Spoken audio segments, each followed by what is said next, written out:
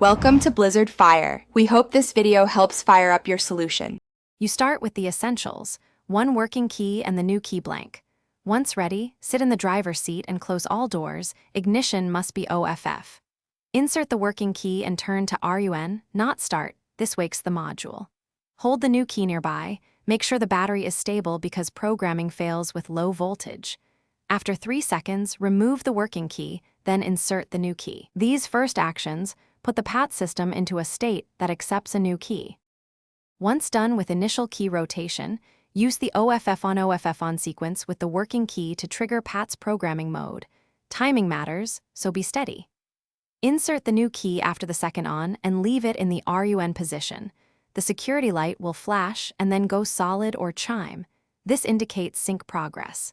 You may need to repeat the rotation up to 3 times for the module to accept the transponder. Make sure to keep actions deliberate so the PCM registers each step.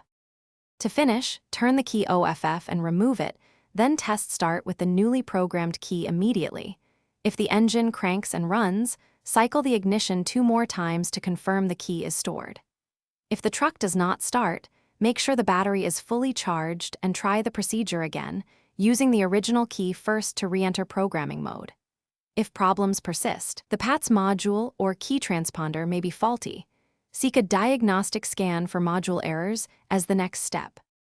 Thanks for watching. If you found this helpful, don't forget to like and subscribe.